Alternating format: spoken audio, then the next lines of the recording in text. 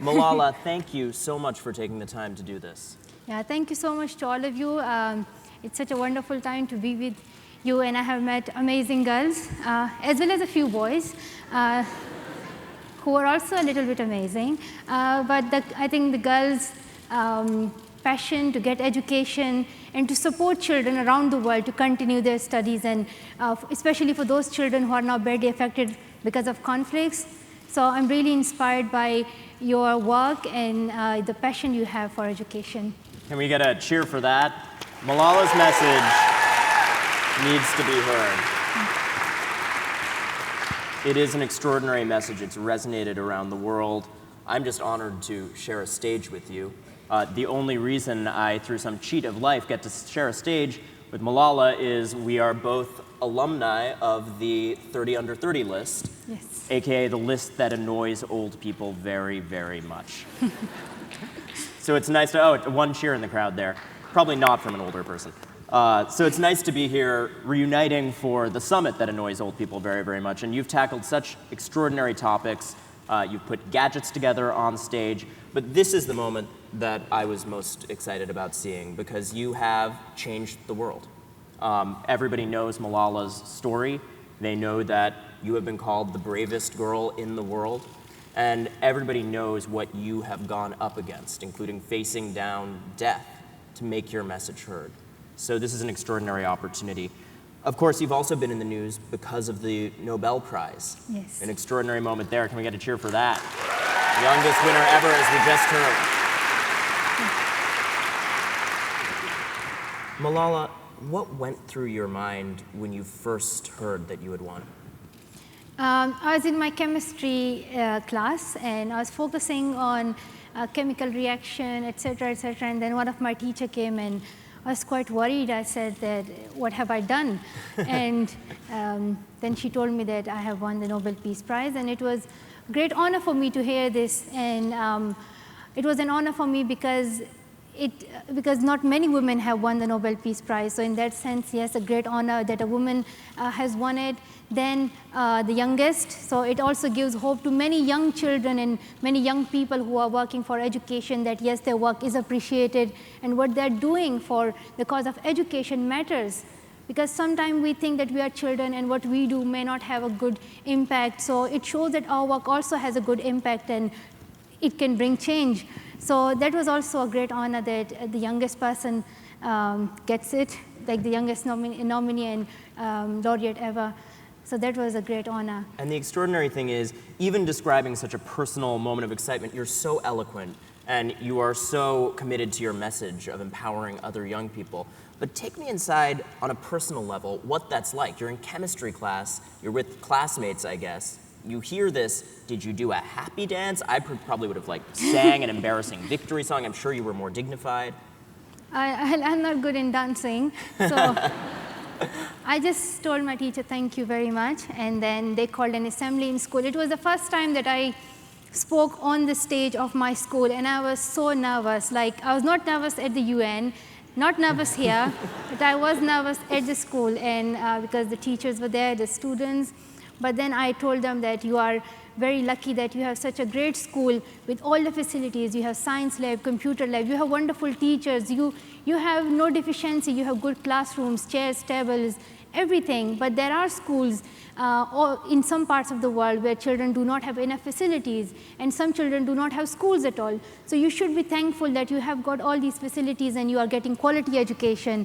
So it was a great opportunity to speak to my friends, to speak to my teachers, and I thanked all of them. So I was very happy, and I think that was it. I didn't dance. Things you've learned about Malala: claims to not be a good dancer. I'm sure that means you're an incredible dancer. No. And certainly you have stood up for the right of young women everywhere to dance, on a serious note, figuratively and literally. But take us inside being in Birmingham as a British schoolgirl now. How are those friendships? Do your friends roll their eyes when you talk about girls' education? Do they get your message? Are you popular? Well, I'm in a very good school, and they're trying to treat me as a normal student. So when I don't do my homework, they just don't say, oh, you're Malala, it's fine. They just say, where is your homework? So I have like not this ability to make excuses, and I don't get this opportunity to say like, oh, I was very busy, I had a meeting, I had an interview, that's why I could not prepare myself for the test. So I don't have enough good excuses, and they treat me like normal students, which is good in some way, not good in some way. Can I write you a form saying you were at the summit if you have to be late for an assignment? They wouldn't accept it, because when I got the Nobel Peace Prize, and at the weekend I was very busy, phone calls were coming, and I couldn't complete my English homework. So the next day my teacher asked me like, where's your homework? And I said, Miss, I won the prize and I was quite busy. And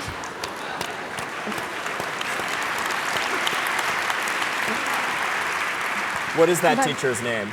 oh, well, I wouldn't say, but she protecting the innocent. I think then I would get severe punishment. But she replied that I said I didn't do it because of this busy schedule, and then she said, so what? So, and I said, okay, I will do it tomorrow. That woman has some temerity, but clearly you've got great teachers there. What is your favorite subject in school now? I like physics, but I'm not very good at it, so that's why I like to do English. But the subjects which I have chosen for my A-levels are economics, maths, history, and religious studies. So I'm hopeful I will continue studying these subjects, and it will help me further. I would be so intimidated to have you in class, in a good way, in the best way. So other than missing an English assignment once, I'm sure this has never happened other than that. No. How has winning the Nobel Peace Prize changed your life? What's different now? I think I consider Nobel Peace Prize as an encouragement for myself, and it gives me hope that there are people who are supporting me. But the goals I have, the mission I have, and the dream I have of seeing every child going to school, that has not yet come true, because it's such a long journey and we have to continue our struggle. And I'm just one girl, I'm trying my best, and I have set up the Malala Fund, through which we are doing advocacy and work on the ground. I went to Jordan and raised the issue that the Syrian children are now refugees and they need our support right now. I have raised the voice of the Nigerian girls who are abducted by Boko Haram, and I was hoping that they would be released, but we didn't hear the good news, and I'm still hoping that good news will come and they would be released as soon as possible. Another important message. So, other than one briefly unfavorable reaction from your English teacher, there's been a range of reactions to your winning the Nobel Prize, certainly an outpouring of support and love around the world, people standing up and cheering. I was one of them. There's also been some divisive reactions, particularly in Pakistan. I was just reading a Pakistani blogger saying she's sold out, she's selling out her countries and its principles. How do you deal with that kind of noise? Well, I think there are only a few people who are saying that, who are totally against my campaign, not the Nobel Peace Prize, and it's just an excuse every time they find a chance they say, but they're actually against this idea that a girl stands up and she speaks for her rights. It's quite strange for them, because women are supposed to be at home, cooking, cleaning the dishes, taking care of children. They cannot see and they cannot imagine a woman coming out of the house and saying that, yes, I have equal rights as men, and I can also play my role in society, and I can also help my country to go forward.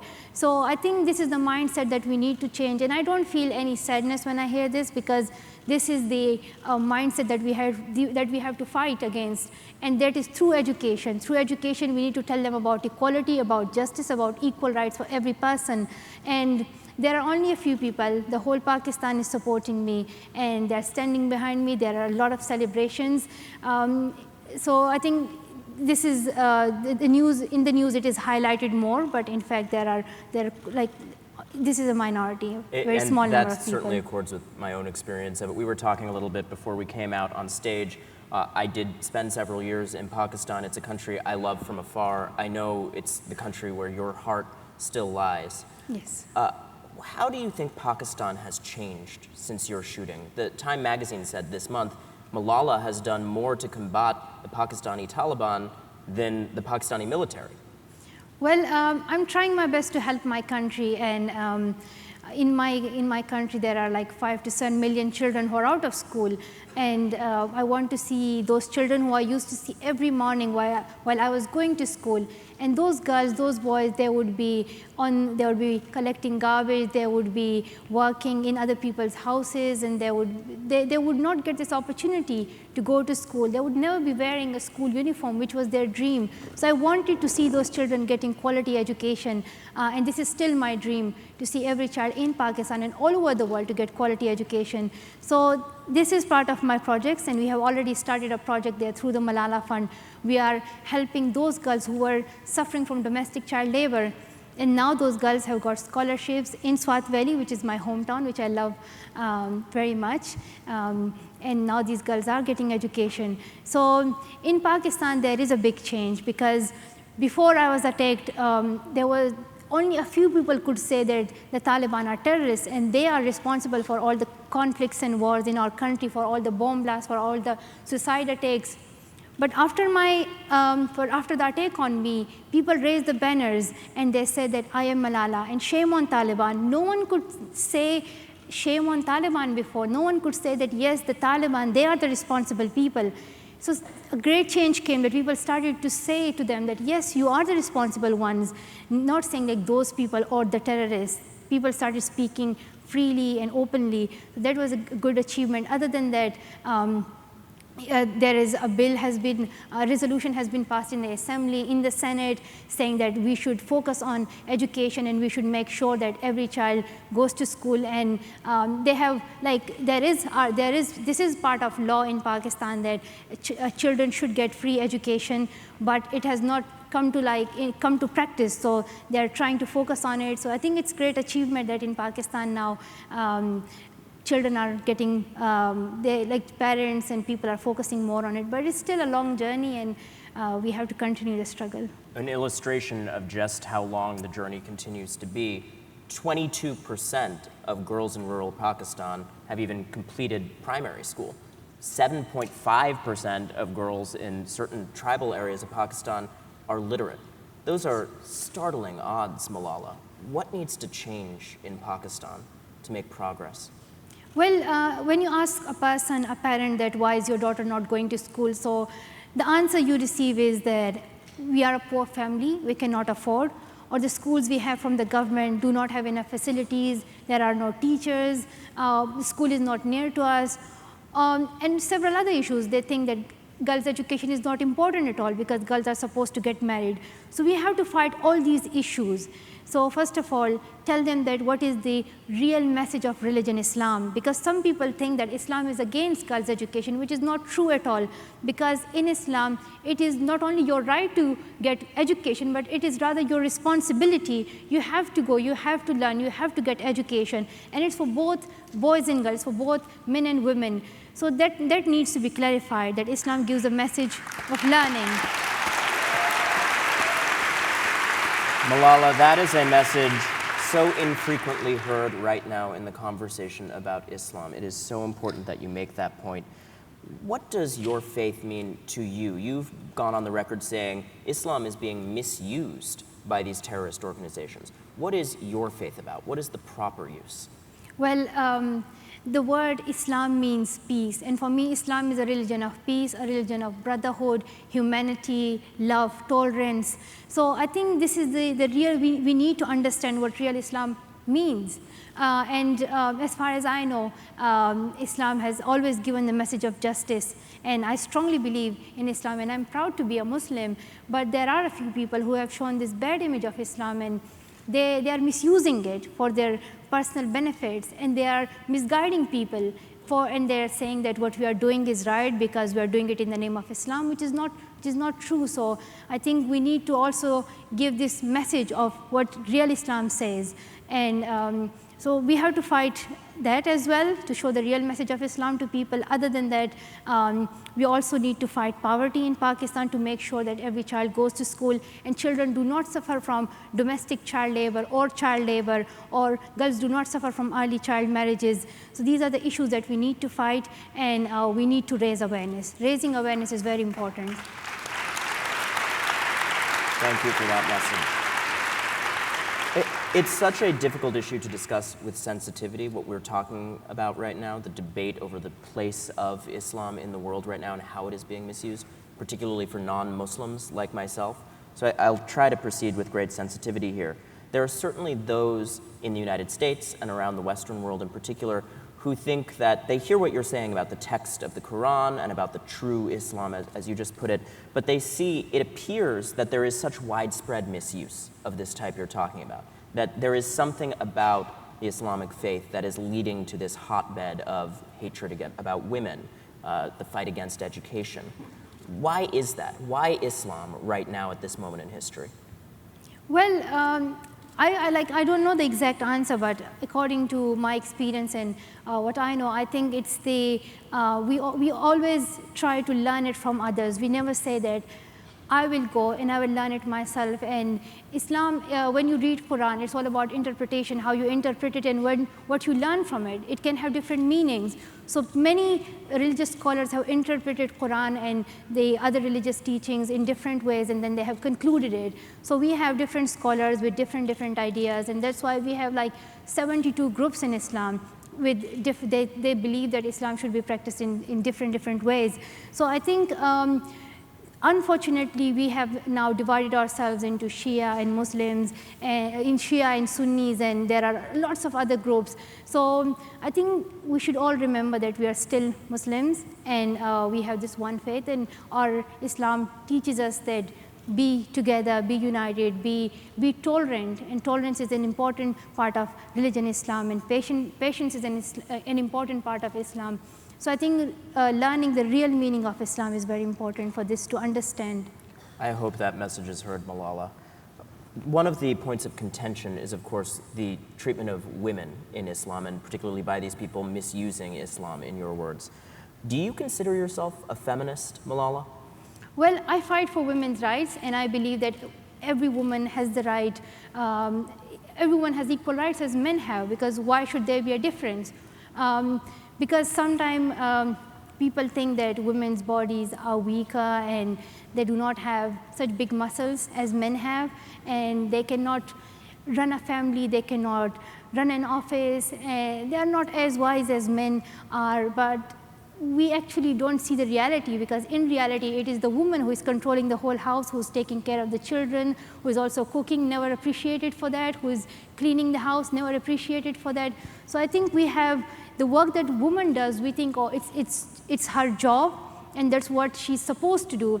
While if men does a work in the home, we say, oh, men has done a great job. And so I think we have to change this idea that women are not only supposed to work in the house, is not only just cooking and cleaning the house, but she also has the ability to go outside and to do business, to be a doctor, to be a teacher, to be an engineer. She should be allowed to have any job she likes. She should be treated equally as men are. So I think equal treatment is very important, and this is what Islam teaches, because in Islam we have learned that women have equal rights, and the wife of Prophet, peace be upon him, was also a businesswoman, which is a clear message that women are allowed to go and to be what they want.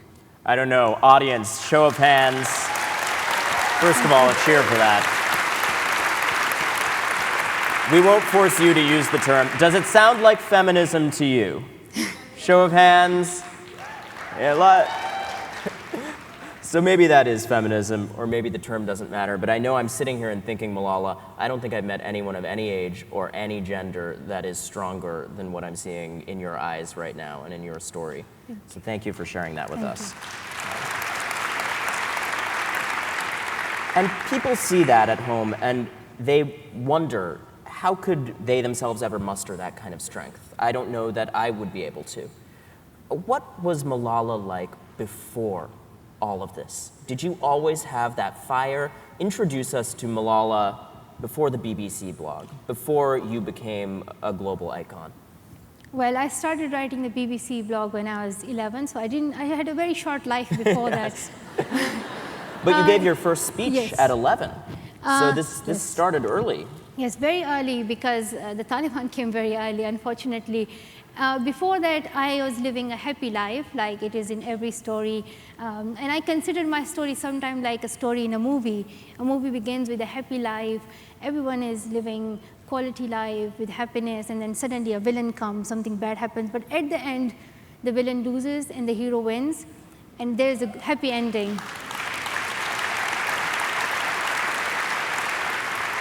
And you wanted to be a doctor, right? Yes, I wanted to become a doctor because at that time I thought that a woman can either become a doctor or a teacher if she gets education. If she doesn't get education, then she has to stay as a housewife. I did not want to be a housewife, and my father, he's right there, so. Let's get a cheer for him. Another incredibly strong human being there. Thank you, sir. So I was studying in his school, though I criticized his school a lot. And I think no other girl would have done it more than me. So I always said the school should be nice. So I was studying in his school, and I always tried to get high marks. And there was a lot of competition in our school. So the education, like, I got right from the beginning, and I was going to school. My father was treating me equally as my brothers, though they thought that I was given more attention, and I think that's fine if women get like more rights, but that's fine. We don't mind that. I think in that case we support inequality.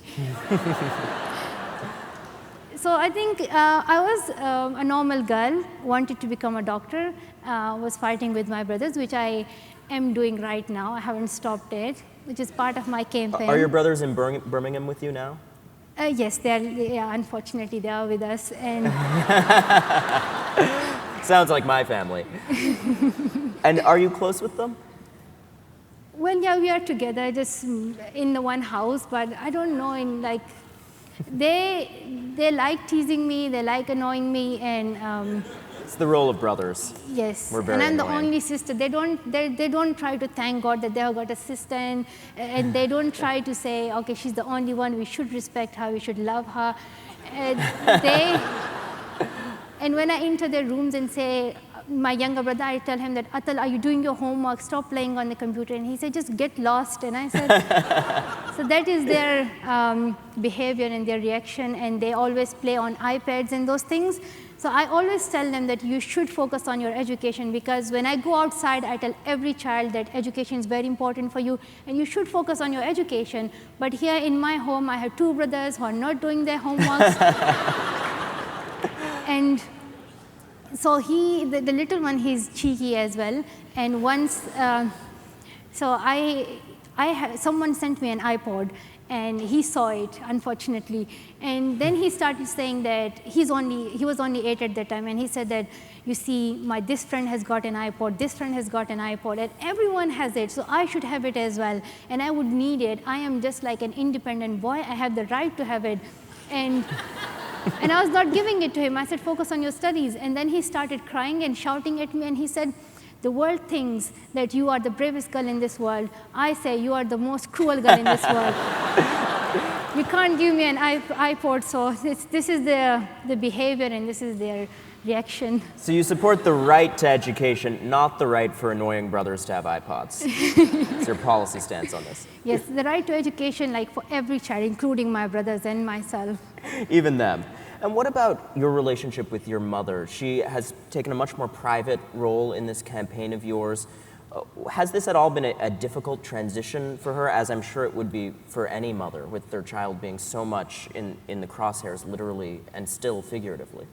Well, my mother, she suffered through a big tragedy and trauma, because it was really hard for her to imagine her daughter being shot, and she has cried a lot, and she has always prayed for me, and she loves me, and she's a very nice mother. And when she was little, she was 6, she started going to school, but then she realized that all her friends were playing and they were enjoying their time, and she was the only girl in her class, the rest were boys, so she sold her books and bought some candies, and she didn't get education.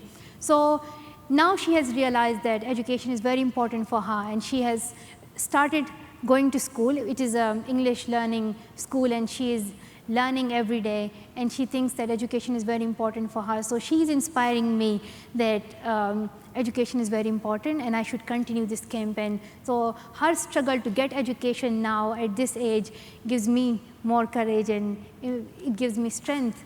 Bravo to her. You mentioned the tears she has said. Can you take us back to the day that this all changed for you, the day when you were attacked? Were you on a school bus route that you travel often? Yes, I was in my school bus, and with my, there were like 20 girls in that school bus. And I don't remember the incident. I sat in the bus, and then suddenly I woke up in Birmingham in a hospital. So I don't remember what happened in those 7 days in between. What is the last memory that you have of that day? Talking to my friend, Muniba, she's my best friend, and we were discussing the next day's exam, because at that time I had my exam, and because we were thinking about the next day, but I didn't know that the journey was so long that it didn't end, and I didn't return back home, and I was thinking that I was just 2 minutes away from my home and I'll reach there. But no, not yet, because I haven't gone to Pakistan yet, and I'm hopeful that I will go back to Pakistan, inshallah.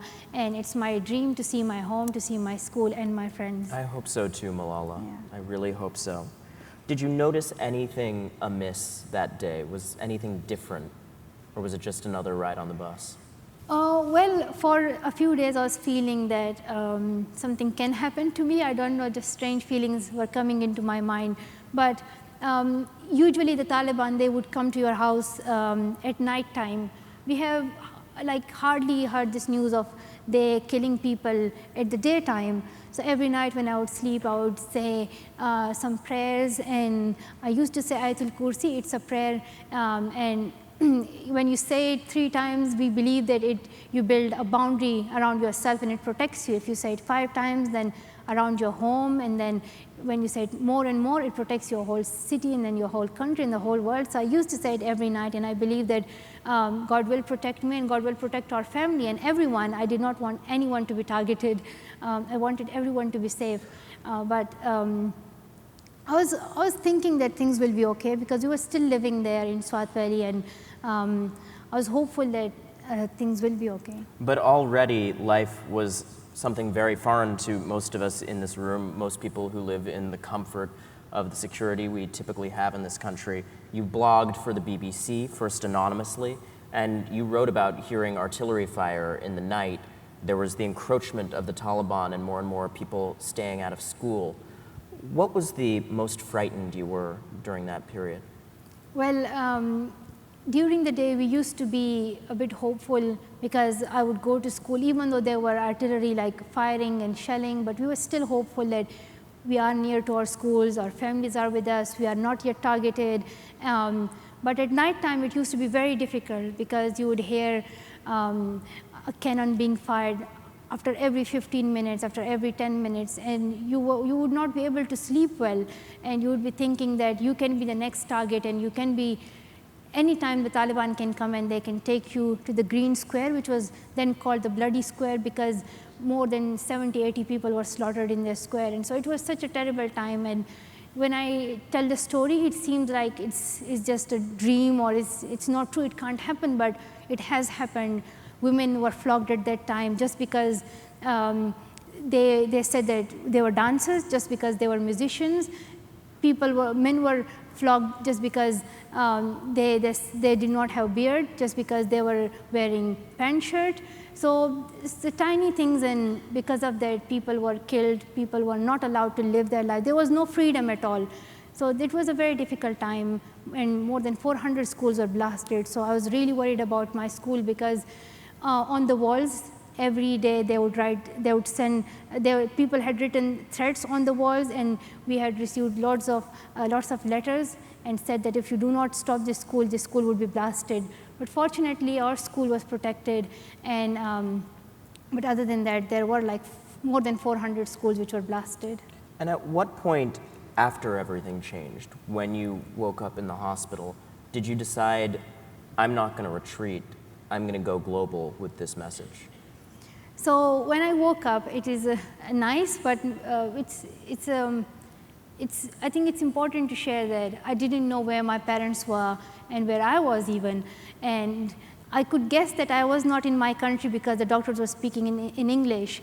But later on, when my parents came back after 10 days, and when I started recovering, I still had this ambition of seeing every child going to school because it was my dream, and I wanted to achieve this dream.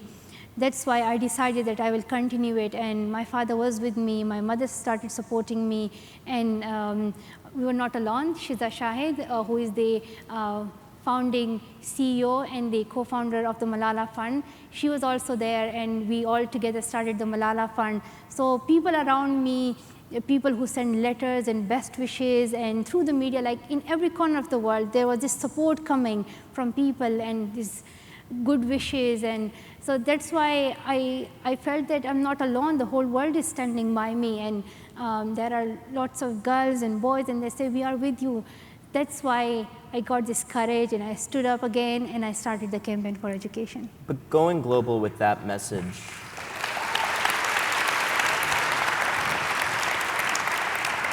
and it is as important a message as we can hear right now, you have given up a great deal personally. You may well be the busiest woman in the world. I was just hearing how you flew juggling your schoolwork from Birmingham to here. You did a meet and greet here. You've met with various interests here. You travel around various countries. You are in demand. People are watching you. Do you ever miss the childhood you used to have or the childhood you could have now? Well, I do look quite mature when I come outside, but I look like 27, 30, but when I go home, I look 10 or 12. So at home, I'm enjoying my time, and fighting with brothers is also, I think, quite nice. Sometimes I try to tease them and annoy them. I don't share that usually. What do you miss most, though, about being a private person? Well, at home, things are quite normal. I do my homework, so I don't feel like I am someone, a kind of global figure. And even when I come outside, this is the role that I have right now, speaking for girls' education, for the education of every child. It's not something that has been given to me by someone. It is what I have decided, and this is what I have chosen for myself. So I'm happy with it, that this Malala, when she goes home, she's in school, a different girl, doing homework, has to obey her teachers, and then here, another Malala. So I think these are like two different parts of my life, and I'm happy with that. And I think it's very important for me, and I have chosen it. Clearly, you're surrounded by people who are allowing you to keep grounded, and you have such a personal drive that you can stay grounded. Few people could in that situation. I don't know that I could. Part of what makes it so hard to believe that you are so grounded and are so normal, to be frank, to talk to as a person, is you're delivering these messages to heads of state, to incredibly heady company. You spoke to President Obama, and you went right for the jugular with very controversial issues about your home country. You talked to him about drones and came out and said drones may even promote terrorism. One thing I haven't heard about that conversation is what he told you in response. So I have met a lot of people who are well known and who are like presidents and prime ministers, and I think it's very important to reach those people and to ask them that it is their responsibility to contribute to the field of education and consider it important and make it their top priority. So when I was meeting President Obama, I shared 2-3 things with him. Number one was that the money that is spent on weapons and on guns and on wars, if that money is spent on education, it can really change the world. And the best way to fight against terrorism is to invest in education, because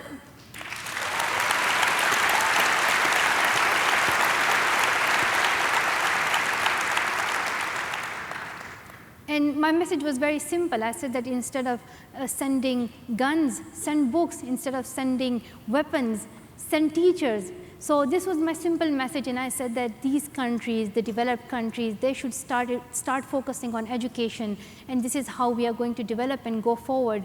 Then the second was the drone attacks, because when it comes to drone attacks, it is true that in drone attacks 2 or 3 terrorists are being killed, but along with that, civilians are also targeted.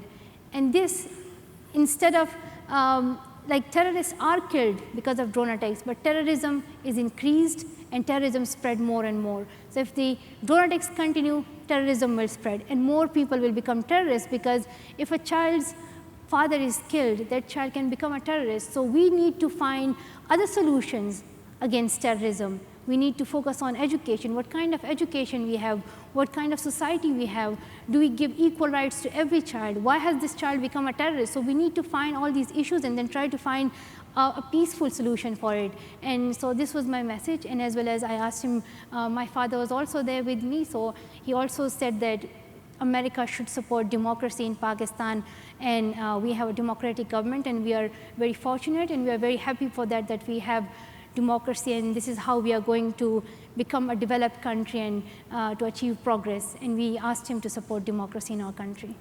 We asked people at home to write in and say what they wanted to hear from you. And one of the interesting and most troubling points here is in that drone debate.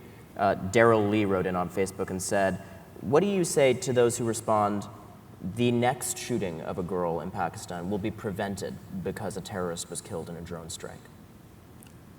Sorry, I did not get it. What do you say to the argument that those drone strikes and the killings of these terrorists prevents the next act of terrorist violence, for instance, against a schoolgirl in Pakistan? Well, it is, as I already mentioned, that it is true that in drone strikes, terrorists are killed, but does it really stop terrorism? That is the question. So you can kill terrorists with drone attacks, but you cannot kill terrorism. Rather than spending all this money on these wars, on these military things, you should spend it on education. That is the best way to fight against ignorance, to fight against terrorism, and to fight against all these conflicts that we are facing today. So that's what I asked, that there is a lot of money being spent on these military activities. So if that money is spent on education, you will see a big change. And what did President Obama say to that message? I think answers are usually political, and but the response was quite positive, and I'm hopeful that things will be done. And but when I was in Pakistan, and sometimes people used to ask me, like, what do you say to the Prime Minister? I say, I want the Prime Minister to make sure every child goes to school. But I think the Prime Minister wouldn't be able to do it. So I'm not going to request the Prime Ministers anymore. And when I grow up, I will become a Prime Minister, and I'll bring the change. I was going to ask, what's next?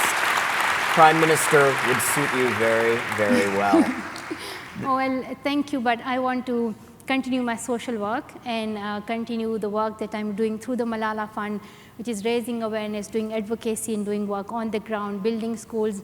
And I think this is you feel the relaxation that you feel after doing a good work, and the relief that you get in your heart. I think you can never find it anywhere, and the happiness that you get when you make someone else happy, I think you can never find it anywhere. So helping others is very important, so we should help each other. It will help us to become happy. And what do you say to people who are searching for that message of hope in the wrong places? There was news today of several young American girls arrested trying to join the ISIS fight, to fight on ISIS's behalf. A lot of young teenagers are vulnerable to that kind of terrorist recruitment, particularly online.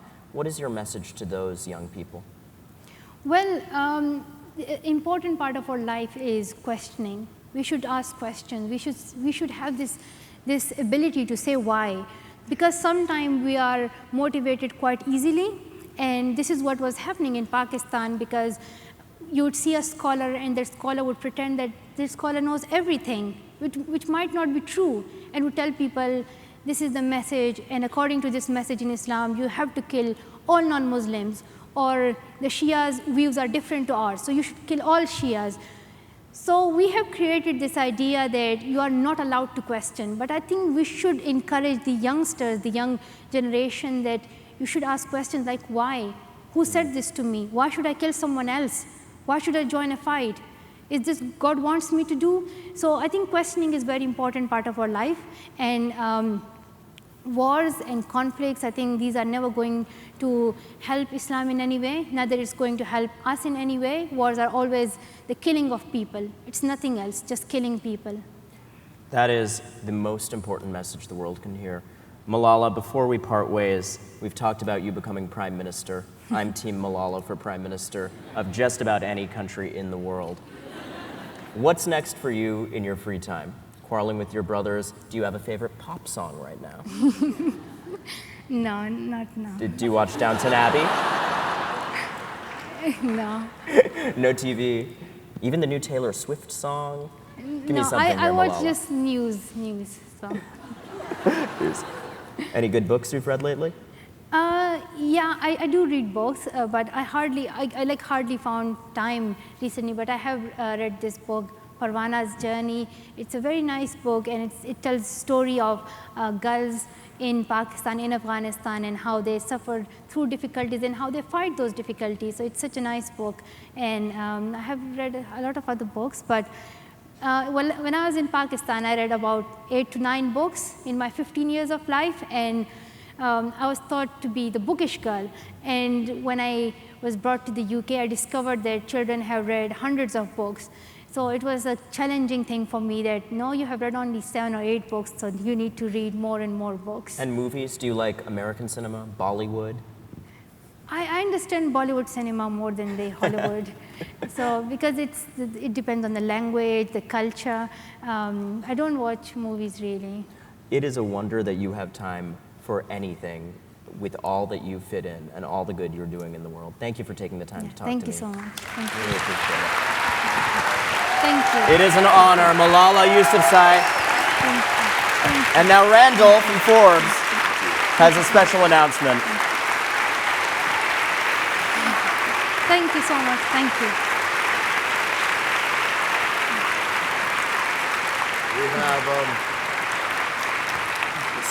We have 1,500 of the greatest game changers under 30 in the world in this room, but nobody under 30, maybe of any age, has done more to change the world, we feel, than you.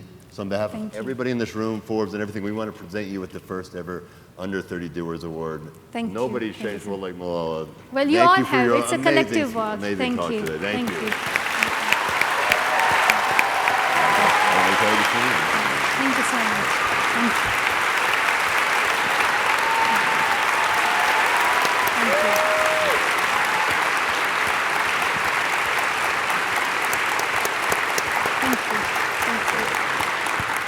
Thank you so much. Bye. Thank you.